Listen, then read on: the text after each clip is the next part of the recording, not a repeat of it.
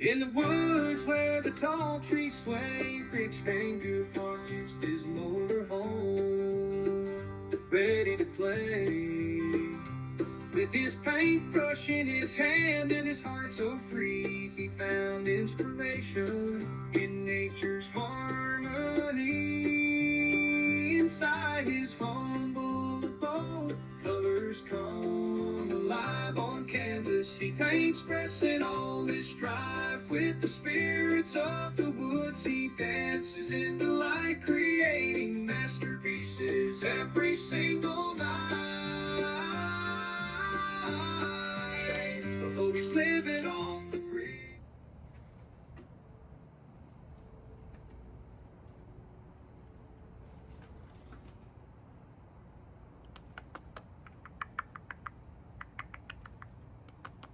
Hi, sweetie.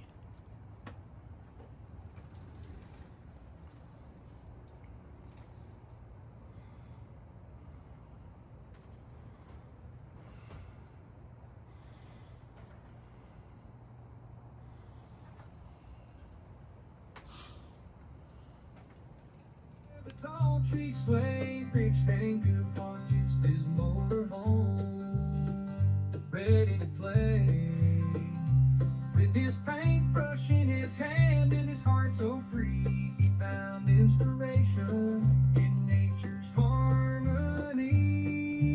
Oh, welcome back to Travels with Carl, my friends. You see that? You can see your breath out here. Freaking cold. But luckily I'm sitting by a nice fire. And I think it's episode 23 today, huh? If you're new to the channel, let me tell you, Travels with Carl is about me and Carl. And Carl is a 31-foot Alumilite motorhome. It's got a Chevy 454 engine in him. And it's about travel, it's about me, it's about Carl. But it's mostly about fine art and the life of an artist, actually the life of this particular artist, and about the different jobs that I've had in my life to support myself. So what I think is kind of unique about this is, as far as I know,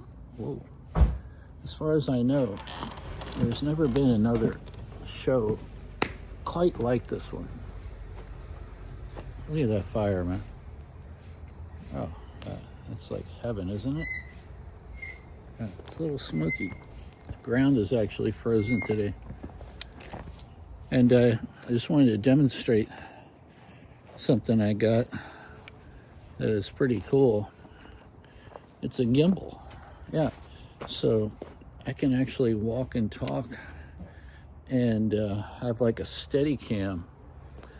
You know, back in the day when these were made, when I was in college, you actually had to wear it on your body, and they were really expensive. And, you know, it would be holding a big, heavy camera, you know, unlike this one, which is holding an iPhone. But it has a very sophisticated electronic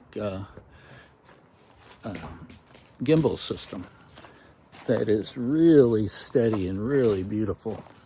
Actually, I had a dream about it last night.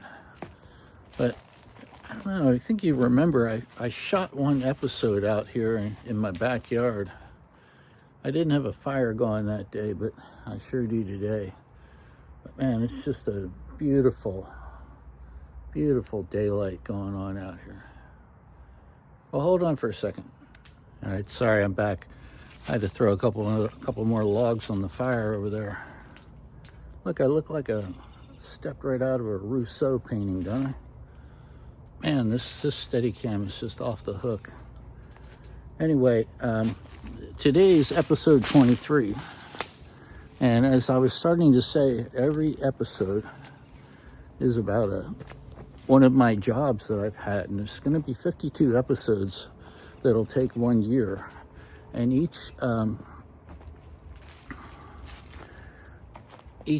episode is also accompanied by a short story, not just a transcript of my ramblings here, because this is just straight off of the noodle, unedited. Well, it's slightly edited, but you know what I'm saying. I leave most of the mistakes in unless they're really egregious. But so you got every episode is a job that I've had. It's a short story, and it's also a painting of that, depicting the essence of that job.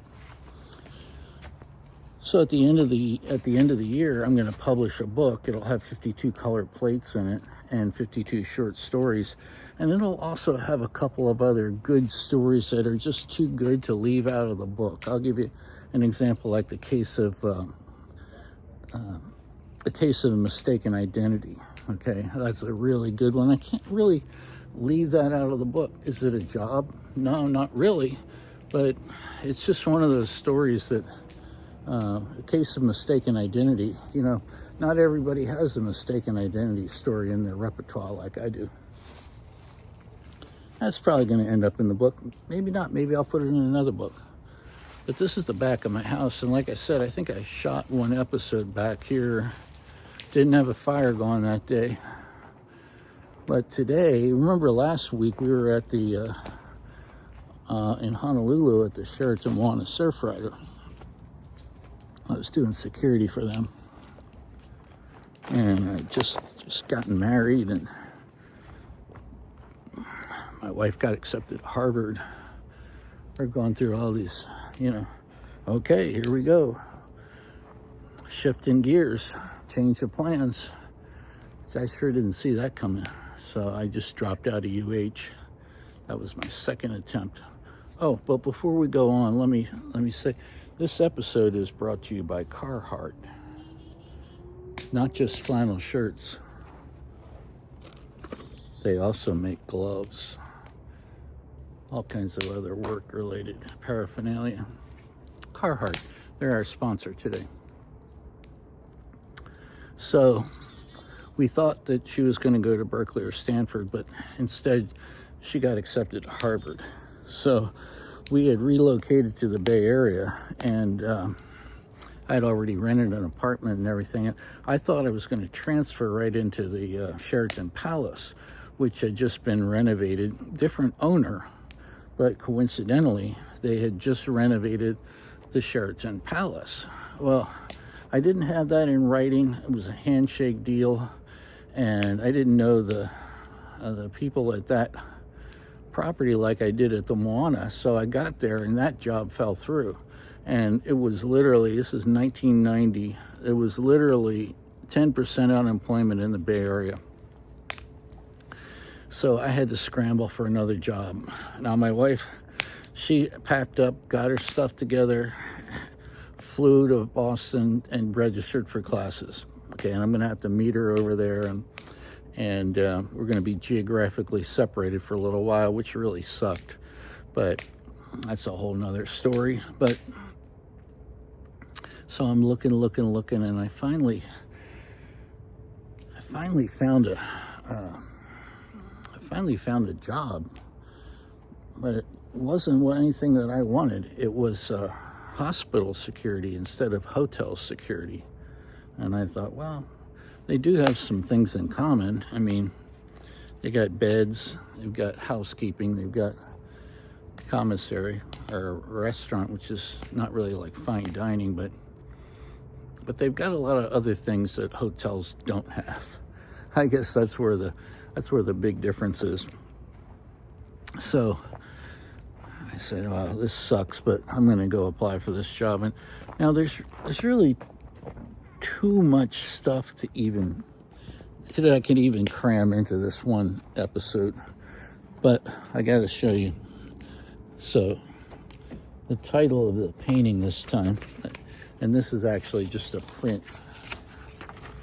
Now, remember I told you about my book, Amendment 21-A? I actually figured out how to put a link in there so you can go get the book. And this is one of the paintings out of the book. So, I'm not going to redo it because this was a good painting. And but this is just a quick print of it. I didn't have a good file, so this is just a photo of a photo of a photo kind of thing, But I show up I passed the interview and everything. I show up for the final job offer interview, and there's like 15 of us in this room. Security, all security people, all about 15, 16 security people getting ready to get hired or not. So the HR director comes in and she says, how many of you ever worked in a hospital before? No hands, maybe one or two hands went up, I can't remember. She goes, well, the good thing is with this job, you're going to get the Kaiser Gold Card. And she held up what looked like a gold credit card, the words Kaiser Hospital on the front of it. She goes, it looks like a credit card. Basically, this is a credit card. And this card here, it's this top of the line medical card that you can get for Kaiser. I don't think they even have Kaiser Gold Card now, but she goes, it covers everything. Unlimited hospital stays, surgery, no co-payment, prescriptions, anything that you need. This card is going to just automatically take care of it. Wow. Everybody was looking around at each other going, wow, cool. Then she says, now can you imagine, this is the HR director, right? They can't say shit like this anymore, but this was 1990. She goes, that's the good news. She goes, the bad news is you're probably going to need it. She goes, this job is dangerous. She goes, in fact, it's so dangerous that you're not even going to be able to carry any kind of weapon. You're going to, the chances are too good that you're going to get disarmed in the emergency room especially, and they're just going to take your gun away from you and use it on one of us or yourself. So all you're going to have is a pair of handcuffs and a radio. You're just going to have to rely on each other if you need backup. Now, we were the ones that looked nervous. And she goes, how many people still want the job? And we all looked at each other like, oh, fuck. Everybody raised their hand. But as was predicted, some people would only stay one day and they would quit the following day. But here's the painting. Now, that is the emergency room door. It's so dangerous. That's the emergency room door there and the tower building behind it. And I painted it to look like a army hospital, like a MASH. It says MASH there. Like I said, it's kind of a shitty print, but bear with me. You know, you're going to see there's Kaiser, Oakland. Yeah, it was a fucked up experience. But, you know, I had to take it. And in about a month, I got promoted to supervisor. And look, we can probably just add this print right to the fire. Watch this. Let me just burn that shit right down.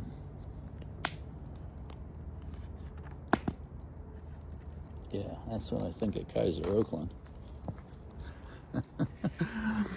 Yeah, that was a fucked up job. But I stayed there for about a year. And after I got promoted to supervisor, I had about 15 different people working underneath me. And they would have one person never left the ER waiting room, another person in the tower building, or two people in the tower building, one person in the lobby. We had like 13, 14 different buildings on our campus. And the supervisor, which like I said, after about a month, I got promoted to supervisor. There were 5 supervisors, one captain over us. And then there was a suit and tie guy who, and he had an assistant, and she was like his secretary. They would, when we turned in the reports and everything, they would rewrite them and proof them and everything, and then distribute them out throughout the hospital. But it was pretty intense, and most of my fellow security officers were gang members. You know, I had Crips, I had Bloods. One of my real good friends that I worked with, Steve, he was another supervisor. He was in the Black Guerrilla family, BGF, and he was a character, man. But these people, they had straight jobs on the side besides rolling with a gang. they also, a lot of them had a straight job so they could, claim their taxes and shit like that. Now, I won't go into it too much, but when you get the book, and like I said, I got figured out how to do the link today, so the link will be in there for paperback or for Kindle, and it's on Amazon. And if you have any trouble finding the book, okay, just put in Rich Van Gogh in the search bar, and it'll come up. I called him today. I said, it's not coming up, and I'm telling people to go look there, and I'm not finding it myself. She goes, oh, it's the first book on the list when I do it. And so she sent me the link, and I clicked on it, and it came right up. So give that a try. But I'll also have the link, and it's available on, like I said, paperback or Kindle. And you got to read the book, because Kaiser played a big part in that, in my education about gangs and drugs and violence. And so we had gunshot victims every single day. And sometimes it was so bad that if the victim survived and they made it up to the intensive care unit, then we would have to put a cop on the door, because there was a good chance the other gang members, so they found out they survived the hit, they would come in there and try and finish them off right inside the hospital. I mean, you just can't make this shit up. This is 1990, and the crack cocaine was just blowing up in Oakland, and it was just fucked up. It was really fucking dangerous. I was lucky I got out of there without any serious injuries. We had a few altercations, but, nothing that bad. But I tell everybody that my time in Kaiser, Oakland was more dangerous than my time active duty in the Army. So what did I want to talk about today? It should be clear now as you look at Venezuela and you look at what's going on. Not much of a drug problem in Greenland, but if you look at what's going on with the United States and these knuckleheads, they don't understand that you can't stop the drug war. The best thing you can do is end prohibition and make drugs legal, and then people could buy pure heroin or pure cocaine for like $10 a gram. You're still going to have the same problems, some of the same problems you have now when it's legalized, but there's a lot of problems that you're not going to have. And that's the beautiful thing, because it's a proven fact. It's not sort of like the prohibition on alcohol. It's exactly like the prohibition of alcohol. So can you hear the ground crunching, man? The ground is frozen here. I hate that.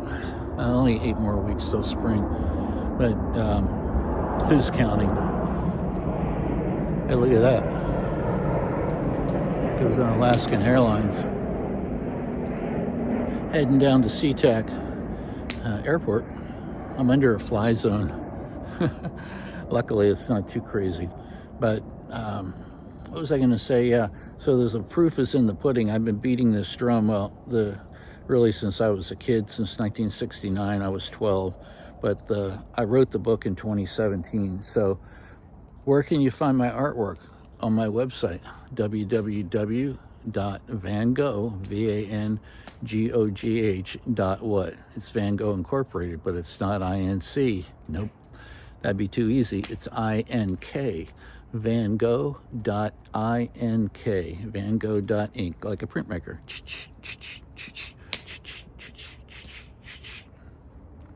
That's the sound that ink makes, in case you were wondering what I was doing.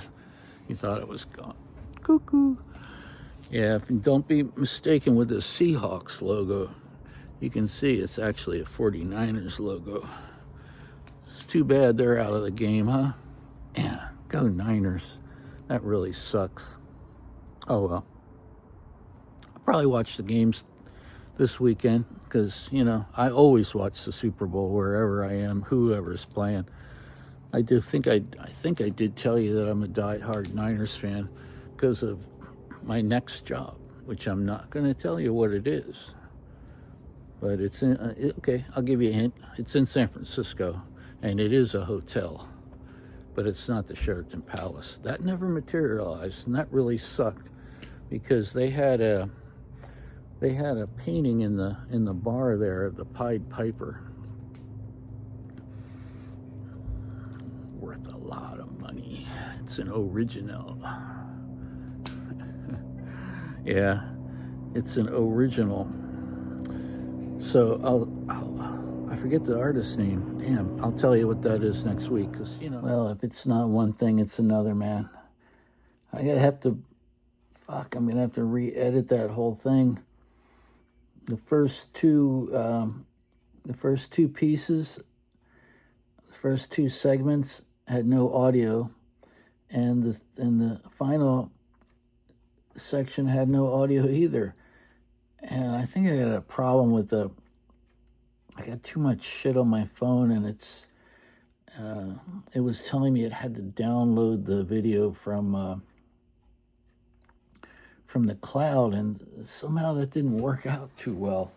I don't know, but I'll tell you what did work out well. That gimbal, man, that is fucking nice. I'll show you what it is right now. It's the Osmo 7. I'll just get it out. I'll just show you the box because it's easier. There you go. Look at that. Look at it. It's only like $60, man. God. These things were like thousands of dollars when I was in school 30 years ago. And you had to like wear it. It was like an apparatus. But it would support a pretty heavy camera. But it was never, not even close to as smooth as this one is. I really just needed a tripod, but I'm glad I got it because it's a lot more fun. Once I get it all down, I'll be able to do a lot of nice tricks with that too. Anyway, I'm going to re-edit this, but like I said, I'm excited. I finally got the link for my book in there, the website, and I'll start putting links for my friends' YouTube channels. And again, if you're out there and you know how to do YouTube and social media and stuff real well, I'll pay you. Not a lot, but I don't need a lot of help either. You can tell I'm not real good at this. And I don't have a lot of spare time right now, so I could really use the help. And I need to blow this channel up too. I need to monetize this channel, and I got like 30 subscribers, and I kind of like to have like 50,000 or 100,000 subscribers, something like that. I don't need 1 million subscribers, okay? I just need enough I can monetize this thing, man. All right, so I'm going to redo this, and hopefully this time it'll have audio and everything. It's kind of an interesting channel. Kind of an interesting episode. I didn't share some of the crazy stuff that happened in the ER at Kaiser, but I had people come in. You could still smell the gunpowder on their clothes. They were shot point blank, and still had big rolls of money in their pockets and bags of dope, and still had a gun on them half the time, and slipping in and out of consciousness. It's not like in the movies. A lot of people get shot. They live to tell about it. We had about 100 homicides that year. I don't know. I saw a few of them. I saw a few people die right in front of me. Like I said, it was more dangerous for me than being in the Army, but I was in peacetime, fortunately, for me. But I think I did get PTSD from Kaiser, Oakland. I saw a guy get sentenced to life without the possibility of parole. Well, let me say, I didn't see him get sentenced, but he got arrested at the hospital. I didn't arrest him. He was in handcuffs when I got there, but he had written a fake prescription for some Vicodin.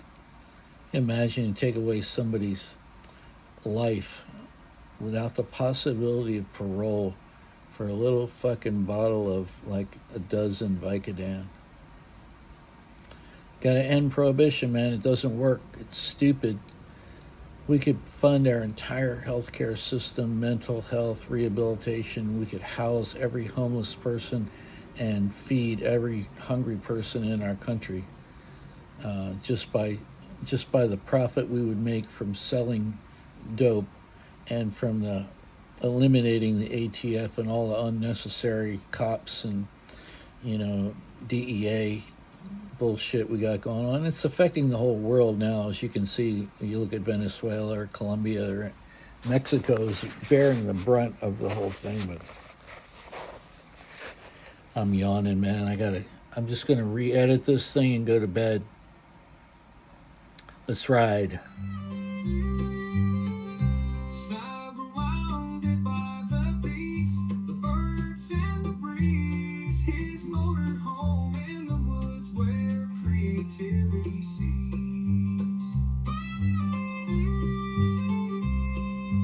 Sun will the boat, colors come alive on canvas. He paints, expressing all his strife with the spirit.